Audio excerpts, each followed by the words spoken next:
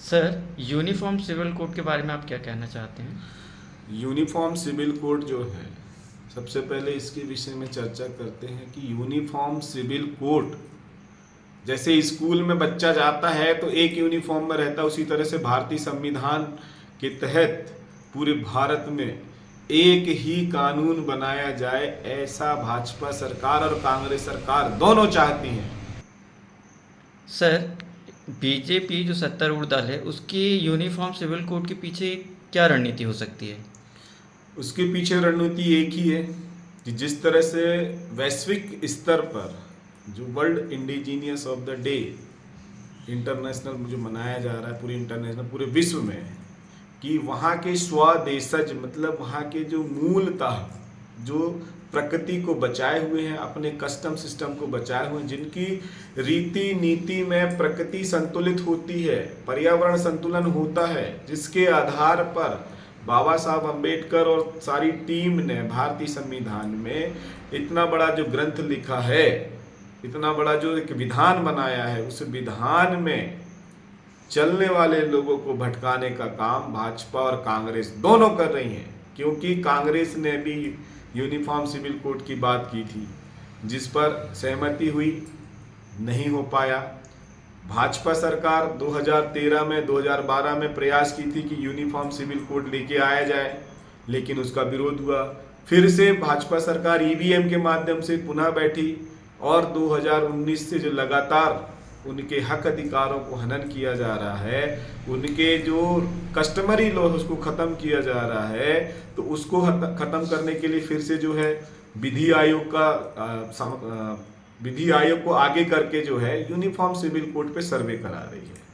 तो इस पर जो है कांग्रेस और भाजपा दोनों आदिवासी, अनुसूचित जाति, अनुसूचित जनजाति, पिछड़ा वर्ग और माइनॉरिटी के हक अधिकारों के खिलाफ में है। इसीलिए यूनिफॉर्म सिविल कोड लेके आने का इनका जो है सर्वे चल रहा है।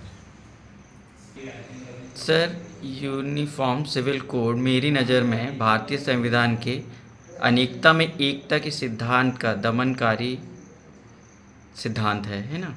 तो इस पर आपकी क्या राय है?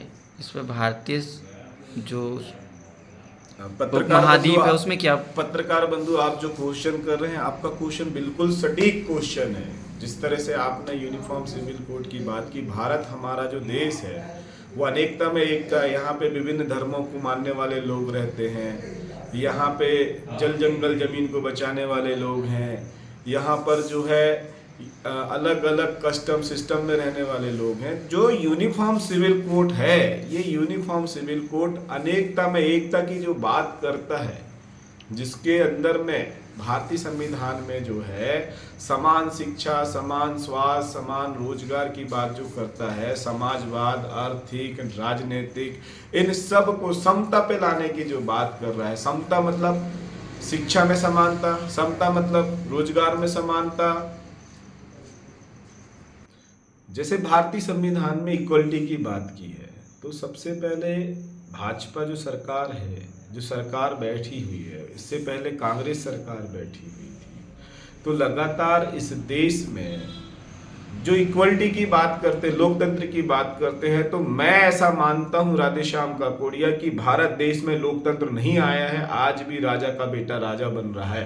कांग्रेस का विधायक ही कांग्रेस में जा रहा है, भाजपा का विधायक ही भाजपा में जा रहा है। लोगों के द्वारा चुना गया, लोगों की दुख तकलीफ को दूर करने वाला, लोगों की समस्याओं को हरने वाला, उनका प्रतिनिधित्व करने वाला आज तक भारतीय संविधान के विधानसभा पटल और लोकसभा पटल पर रखने वाला एक भी सच्चा नागरिक इस भारतीय संविधान में लोकतंत्र पे नहीं गया है। जो जनप्रतिनिधि जो है आज जनता के हक अधिकारों की बात करने के लिए सदन में पहुंचते हैं, जैसे मान के चलिए लोकसभा सदस्य है तो लोकसभा सदस्य हो गया, फिर इसके बाद में विधानसभा सदस्य है, विधानसभा सदस्य हो गया, और इन सब के ऊपर में जो राष्ट्रपति है, तो राष्ट्रपति भी भारतीय संविधान के आधार पे जो अनुच्छेद दिए गए हैं 54 कि भारत देश का एक राष्ट्रपति होगा, उसके आधार पे उसका निर्वाचन होता है। फिर इसके बाद में सदन का, जो संसद की बात करते हैं, सदन में जो बहस होती है कि इस देश की जनता के लिए क्या कानून बनाने चाहिए, किस तरह से कानून बनाने चाहिए, उस पे जो है अनुच्छेद 79 और विधानसभा का जो है आर्टिकल बोलता है 191 मतलब 191, इसके आधार पे जो है भारतीय संविधान के आधार पे यहाँ के जो जनप्रतिनिधि हैं चुन के जाते हैं। लेकिन किस लिए चुन के जाते हैं? जैसे आप कॉमन सिविल कोड की बात कर रहे हैं तो सभी जो जनता है, जनता को पहले इक्वलिटी में लेके आए। जैसे भारतीय संविधान की आत्मा में बोला समाजवाद, पंथ निरपेक्ष, आर्थिक समानता, समता की जो बात की है, शिक्षिक समानता, न्याय में समानता, राजनीति में समानता, तो हर जगह समानता की बात की है। तो क्या अभी वर्तमान में आज़ादी के 75 साल हो गए हैं, क्या आज़ादी के 75 साल में जो एसटी का व्यक्ति है, जो एससी का व्यक्ति है, जो ओबीसी का व्यक्ति है, जो माइनॉरिटी का व्यक्ति है, क्या उस समानता में आया है? उसी भारतीय संविधान में इनको समानता में लाने के लिए 340 के तहत पिछड़ा वर्ग को आरक्षण दिया गया, पिछड़ा वर्ग की पहचान की गई है। 341 में अनुसूचित जातियों की पहचान की गई है, उनको इक्वल लाने के लिए जो है आरक्षण दिए गए। उसी तरह से अनुसूचित जनजाति, जिनको आज हम आदिवासी बोल रहे हैं, भारतीय संविधान में अनुसूचित जनजाति बोला जाता है, उस अनुसूचित जनजातियों को 342 के तहत इक्वलिटी में लाने के लिए जो आरक्षण दिया गया है, जो उनके लिए अलग कस्टम सिस्टम लॉ बनाया गया है कि भाई ये अलग हैं, इनकी पहचान अलग है, इनकी व्यवस्थाएं अलग है, इनके जन्म संस्कार अलग हैं। इसी तरह से उनको इक्वलिटी में लाने के लिए अपने क्षेत्र को, अपने पर्यावरण को, जल जंगल जमीन को संरक्षित करने के लिए भारतीय संविधान में बहुत सारे प्रावधान दिए गए हैं।